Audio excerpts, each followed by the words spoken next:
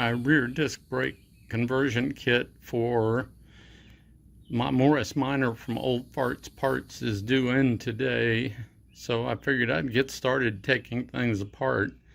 I'm not going to spend a lot of time videoing the disassembly since that's fairly routine stuff, but once I get started putting the new parts on there, we'll take some movies.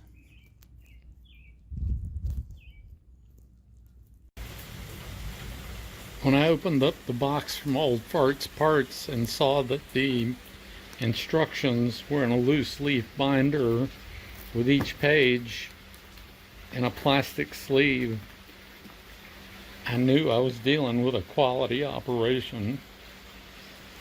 So far the parts in here looks great, and it has everything, including the wheel bearings and the new seals and all that kind of stuff for pulling the axles. Otherwise, you know, you'd be out on the internet sourcing those as well. He said it was a complete kit, and it looks like it is.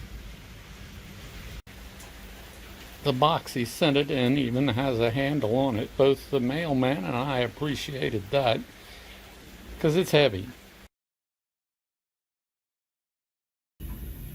Once again, the 3/4 drive impact gun with the 1 7/8 socket from Harbor Freight did a bang-up job of taking off the axle nut.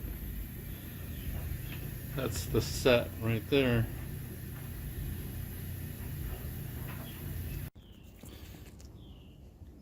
Another opportunity here to use my trusty hub puller that I debuted in an earlier video on brakes. So let's try giving this a slam or two.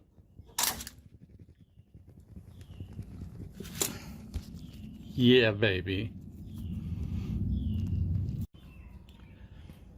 I got the brake backing plate off, and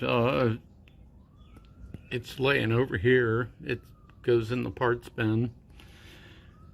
The instructions for this kit say that it should take about 4.5 hours to install the kit, which I think is probably true, except for, you know, Murphy's Law.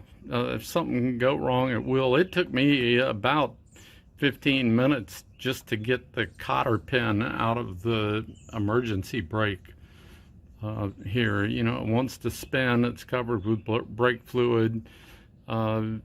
Just very frustrating. But that's not the kit's fault. Things just tend to be harder than you think.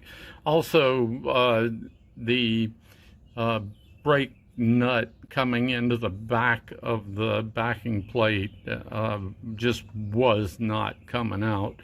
So I hacked it off with a grinder, angle grinder, since I'm replacing those brake lines anyway. So we can proceed now. I got the stub on the differential housing all cleaned up and mounted the caliper bracket for this side. It's a very nicely made product. It's obviously high quality, and it comes with grade 8 hardware packaged in little packets, so you know exactly what each piece of hardware is meant to be used on. The brackets are specific to a side, and they're clearly marked left and right hand, so you shouldn't have any problem figuring out which side to put them on. The axle nut, new bearing, new seal, all back in place, locked down. I didn't do that to the nut. That was a previous owner. I guess they used a chisel to get it off or something, probably trying to spin it the wrong way. Here's the rotor and caliper mounting bracket in place. So far, like as advertised, everything I've needed to do this job has been supplied in the kit. and it's all high quality stuff.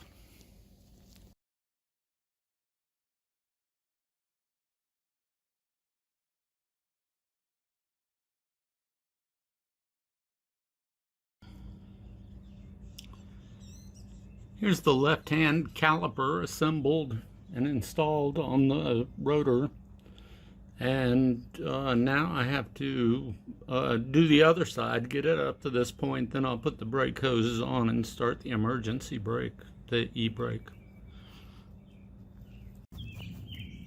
The right side went like clockwork. It was not as much of a learning experience as the other side was, so it went on pretty quickly.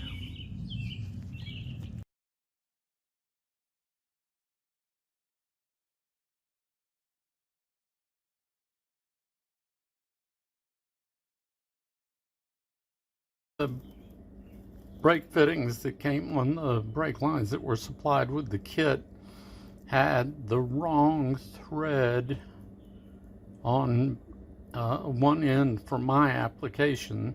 The darker fittings are the ones that came out of the T on the differential, and they're a different thread than what's on the brake line that was supplied with the kit. Now, I don't know. They probably used a lot of different types of fittings on these things.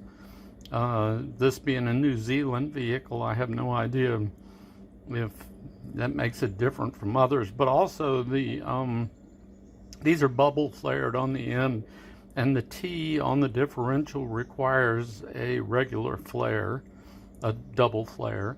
So I'm going to take these down to my shop and cut the ends off of them and put these fittings on one end of each one of them.